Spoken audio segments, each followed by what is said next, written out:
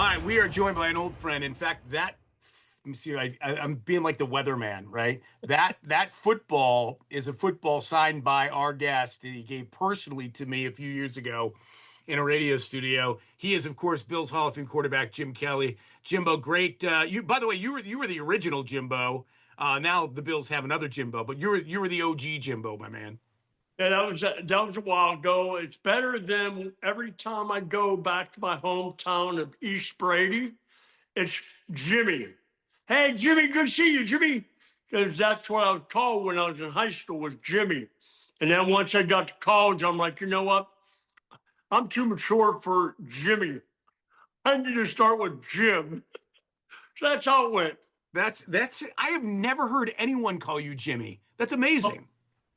I still have people here that call me that have been calling me that for many, many years. And I don't even correct them anymore because I'm old, and you know what? Whatever they want to say, they can say, no problem at all. But there's no doubt about 100% of everybody in my hometown of East Brady calls me Jimmy, and I go there every single year.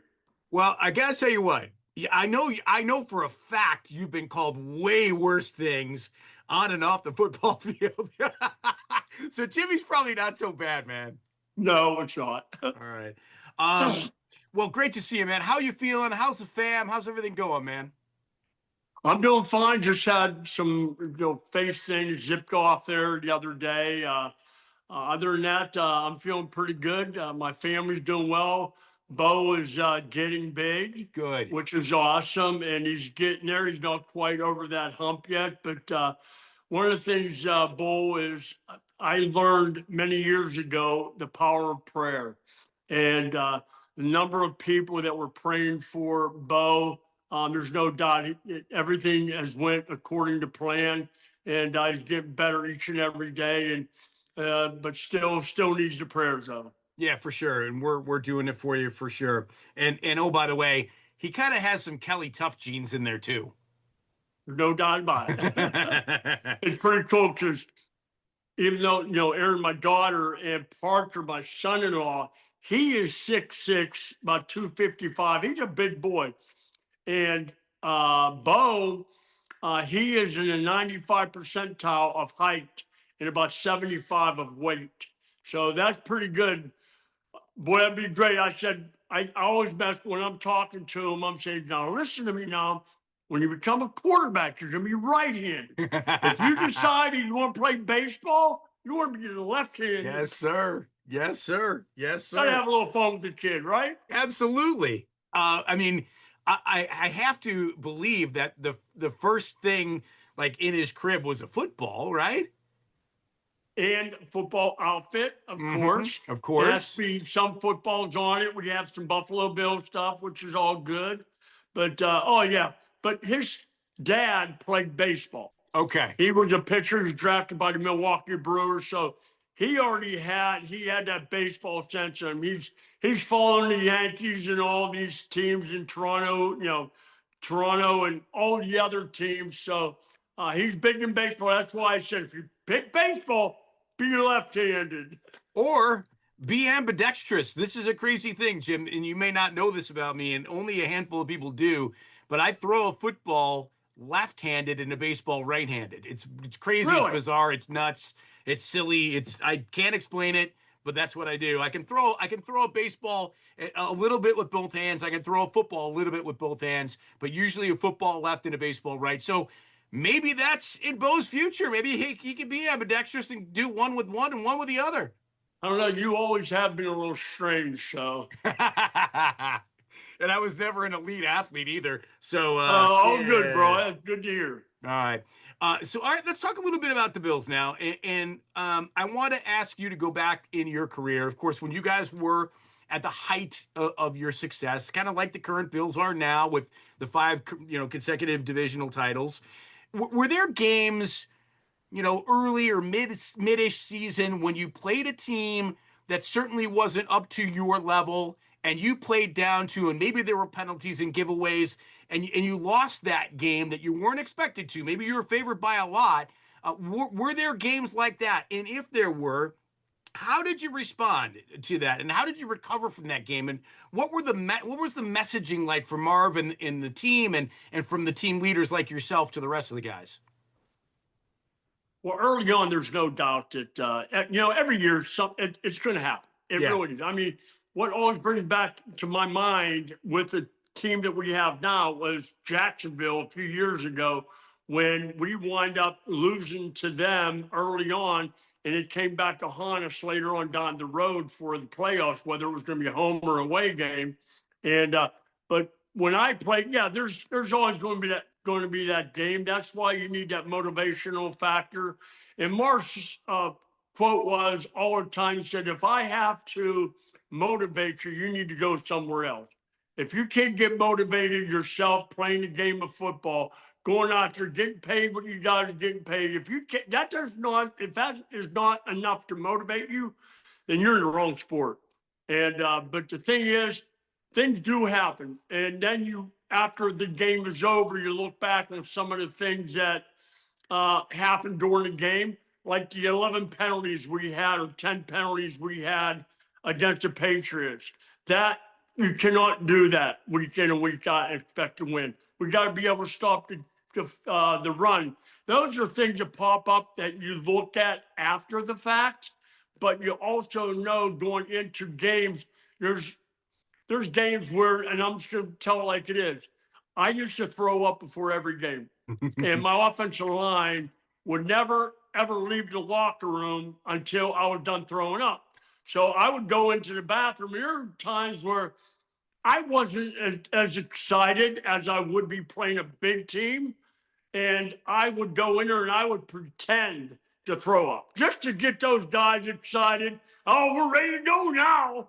So we would all go up, but yeah, there's games where you don't get as pumped up as you should be, or in your heart you need to be. But you always got to be your mindset's got to be focused on what you have to do at hand, what the game plan is, and then you go from there. Yeah, and sometimes in the this weekend's Bills Pats game, gosh, it's a 3-3 game at halftime. I mean, it's so not the current team, and I'm wondering, I mean, you're probably not. Maybe you are privy to this information, but you may not be. Like, what do you think happens with this team that's so high powered that is held to 3 points at halftime at home on national TV? I mean, what kind of things are being talked about at that point? You know what? You have to figure out what you were doing, what you weren't doing, and of course, when you come into the halftime, those are things you have to go over. That's what coaches do. They talk to amongst themselves first before they meet with the offense or the defense, and they will explain what you need to do the second half. But when you have a team like we did, I just mixing it up a little bit more. And of course, always my favorite saying to Josh is take what they give you. We have, I don't even know the last time we threw a deep ball, 150, 60 yards down the field. I don't know when we have ever done that. I mean, it's been so long that we just have to maybe mix it up a little bit more. But Josh, I just always worry about him always knowing that he has to make plays every single snap that he drops back. That if it's not there, he tried to find it on the run. But that's what he does. That's why he's so talented. That's why he won MVP last year. But this is a whole new time now. You're getting older. You got to start going through that rotation of first read, second read, then dumping it off, and not have to rely on that run all the time. Because we all have gotten used to seeing him take off and run and make big plays, which he still does. But we just have to maybe get the read down a little quicker and get the ball out of his hand so he doesn't have to take that hit all the time. Yeah, for sure. And you know what? One thing that Sean always says, and we joke about it when we're watching games at home, because he'll do that interview at halftime, and I feel so bad for the coaches because that's the last thing they want to do is stop at halftime and talk to a media person, whoever it is, and they just ask the most stock questions and they give stock answers back almost every time. It's the last thing they want to do, but we laugh because his answer to those questions is so stock that it's so predictable. He always uses one word, though. It's fundamentals. And sadly, some of those haven't been there, like simple, just tackling, right? And bad penalties at bad times and things that fundamentally you would think they would have all taken care of.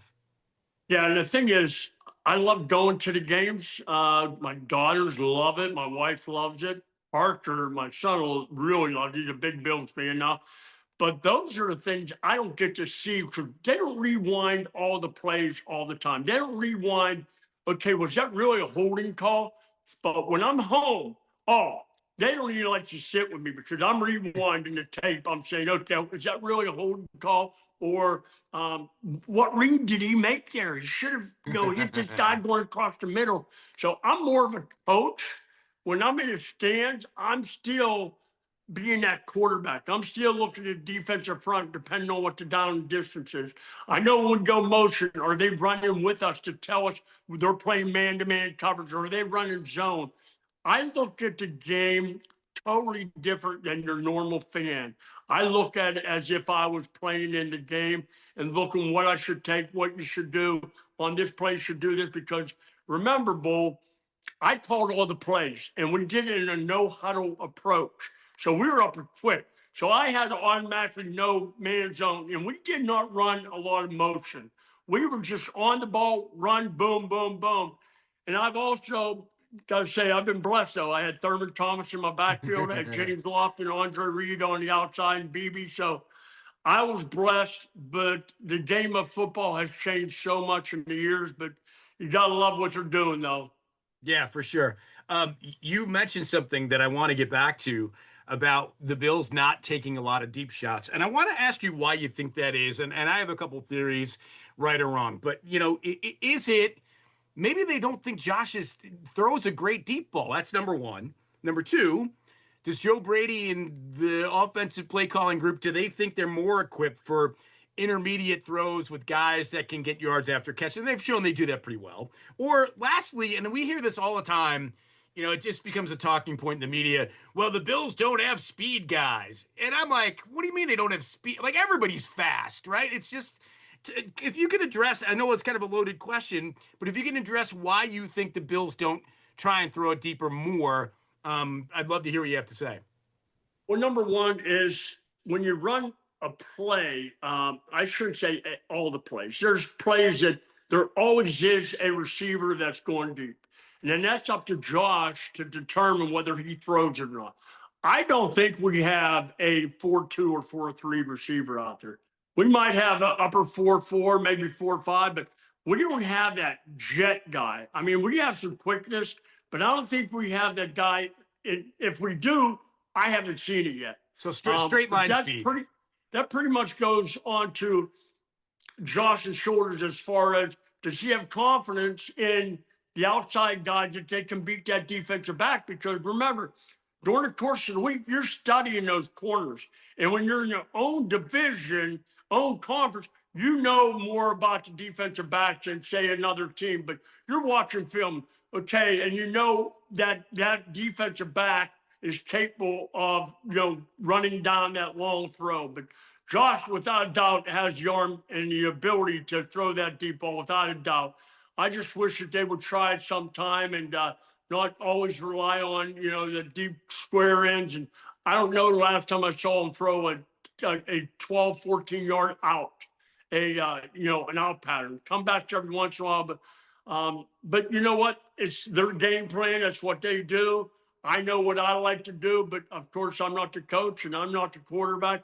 But again, as we talked about at the beginning of the show, it's one game we let slide. Yep. We just can't do that very often. Yeah, I mean, Palmer's a fast guy. They talked about him a lot, and Elijah Moore maybe is that guy. I mean, they have big play capability, but and even Curtis Samuel's got some wheels, but they just haven't shown. And granted, Samuel's been hurt a lot, but maybe I haven't seen it. I'll put this. I haven't seen it yet, so right. I would love to see it. I would love to see them throw a couple of nice bombs and drop them in her. Because the offensive line's not doing that bad of a job. We just need to get that running game going again.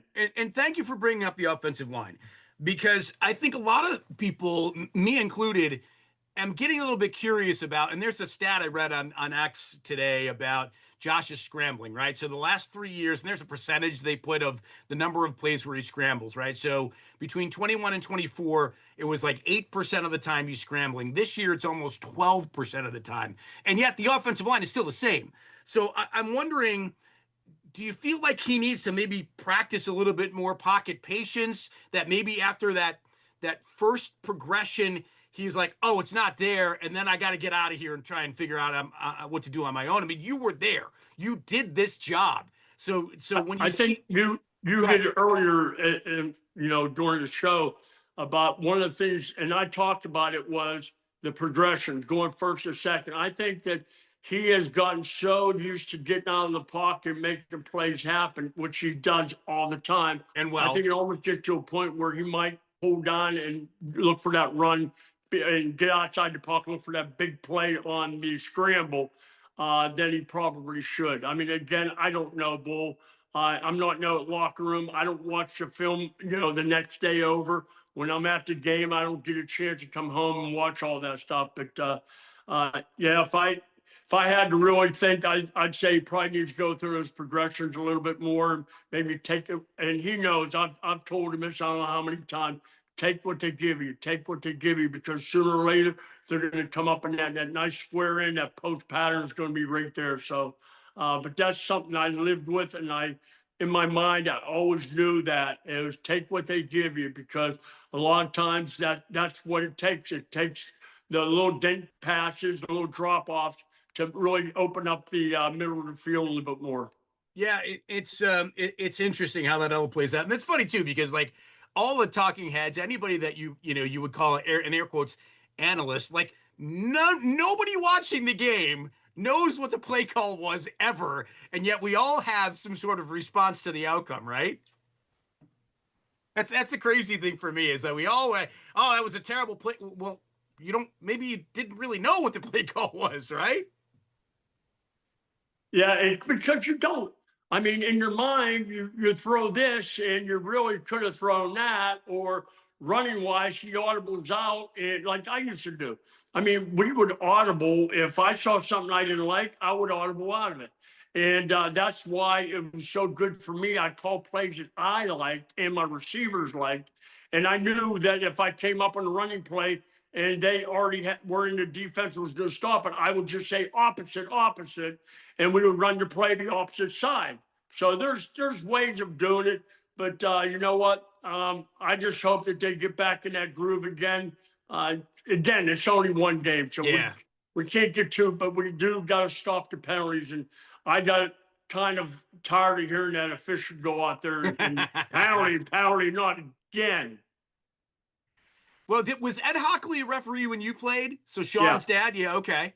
And he had sort of a reputation of liking to throw the hanky every once in a while, huh? Yeah, they always like to show their muscles. Yeah, exactly. If you know nowadays, all the referees have they're really a double XL or an XL, and they're wearing those large shirts and so tight. Like, yo, okay, we get you in shape. Good job. I'm proud of you. I love that. I love Yeah. that. As more of a fan now, and obviously you played, so you know this. Do you ever feel like coaches sometimes either, I don't know what the right term is, overcoach or overthink in terms of like, well, and not trust their gut. You know what I mean? Like what should work here, and then they say, well, what if? And what if? Do you think ever does that happen? The way I always look at it, they go through all this stuff prior to, not just prior to the game, but when they were coaches a long time ago. They know what the situation is. And I'm sure before a game, they have in their mind that on certain times, this is the play we're going to do when we go for a 2-point conversion instead of a, 3rd down and 2. There, different things that I'm sure coaches go over amongst each other. That's why you have coaches meetings where they all come together as an offense, as a defense, and you discuss things like that. You discuss things that you might see during the course of a ball game, and mostly probably even before the season starts. Some of the things that you might want to do that might throw a team off. So I don't know if it's called overcoaching or whatever, however you want to phrase it. But coaches have to go through all that mindset prior to even starting the season. Yeah, I get that. So they go through pretty much every, and they talk about it, situational football, right? They go through every situations in advance so that they have a good idea based on the flow of the game and then based on what they're good or bad at in that situation of how to call. That makes a ton of sense.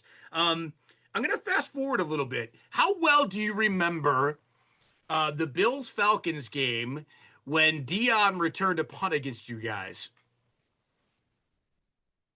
I don't. No? No. I know there were a lot of games for sure, but I was at that game and I feel like it was like 92 maybe. And you had a big game in that game. The Bills won handily, but Deion Sanders had a 73-yard punt return for a touchdown and it was electric and it was everything. Even as a Bills fan, I was like, what? I mean, there was a lot of, he was his own hype machine, as we all know, and still is. But Yeah. but we're like, oh my God, like he's everything they built him up to be. That was an amazing return. I didn't know if you knew that. And have you become over the years? I mean, do you know Dion at all? Do you ever talk to him or anything? Because I know he's going through I some. rarely talk to him, but yeah, Yeah, I know him pretty well. I mean, not like a good friend. right. When I see him, we give a hug, how you been, blah blah blah, those things. But Yeah, other than that, no, not much. yeah. I didn't know because he's going through some health stuff too, and I didn't know if No. you reach out. Okay. And then I want to wrap. Obviously, it's got to be sort of bittersweet for you knowing that the stadium's going away. I mean, I think we all knew at some point it was going to happen, right? Yeah. But I would suggest that maybe the greatest football memories of your life happened in that building. So it's a brutally unfair question, but is there one moment, and I think I'm not 100 that I know the answer to this, but is there one moment that you will always take away from Highmark Stadium? Well, there's a couple. The first one was my first game ever.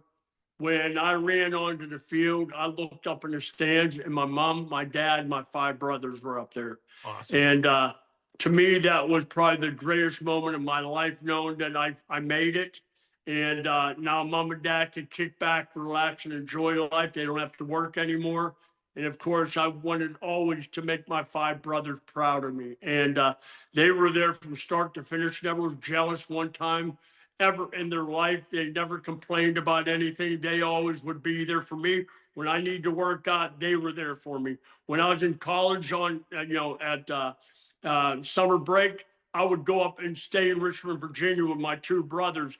All I did was work out and they paid for everything. They paid for, I stayed at their house. They paid for the food.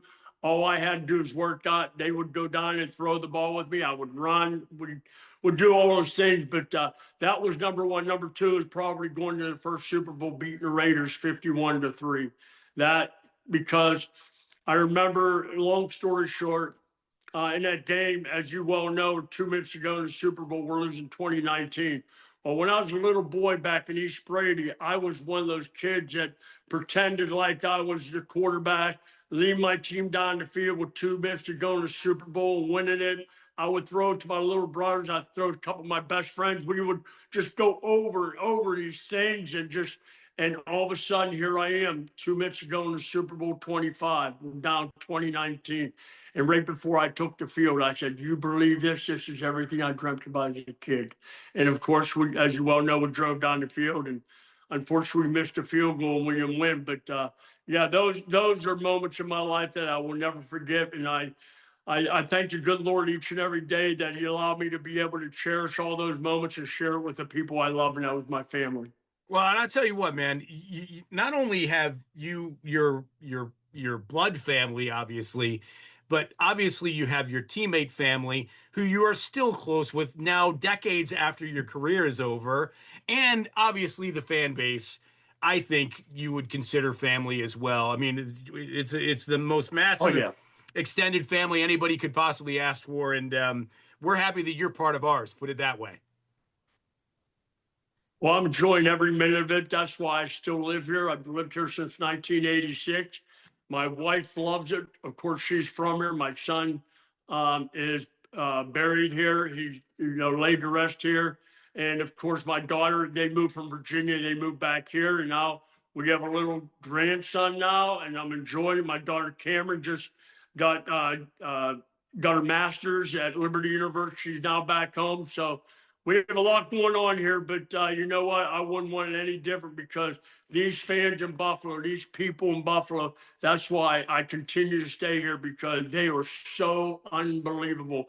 And the prayers they give our family so many times out there, and I couldn't thank them enough. Hey man, tell folks that are watching as well. Yeah, anything going on that people can be a part of charitably, or any events you're doing coming up on your calendar schedule that people can be a part of off the top of your head? No, I travel the country speaking. I still do. I do it, at 3 or 4 times a month. I'm out of the state. I'm going places. My daughter Erin and Jill do their own podcast called Immeasurably More, and they do it. They love it. They're getting back into it now that Bo's getting a little bigger. And of course, I'm on Cameo. I do so many cameos, and I love it. Whether it's football or a wedding or birthdays, and I do probably half of them are about people that are going through cancer, and I try to hopefully make their day better, and hopefully they stay tough and get through it. And I pray for them too. And of course, I can't let you go with asking you about hunting season, if there's any big trips coming up. Oh yeah, I leave. We leave next week for Colorado elk hunting. Me and Awesome. my good friend David Kern, and then 3 weeks after that, 2 weeks after that, I go back to Colorado mule deer hunting. So that's something I enjoy. I enjoy. I love the outdoors. It's not so much, as you well know, Bull. It's not so much of killing the animals. It is being able to enjoy the outdoors. And pretty much to tell you, 90% of the meat that we get, anyways, we donated. Here, we donated to the Western New York Food Bank, and it's something I enjoy doing all the time. And it's people out there don't have much, and I love it. And I love the meat, anyways. I still eat it, but just going out there, being with my buddies, that is more than anything.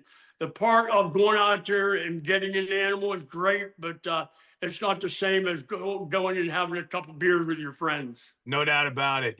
All right, Jimmy. Well, I do remember you coming out of that tunnel when you played your first game in those fishnet Bills uniforms back then. But I had to refer to you as Jimmy as we leave. Yeah, and I think it might have been after that. The Jimmy in the Business, was that my first game?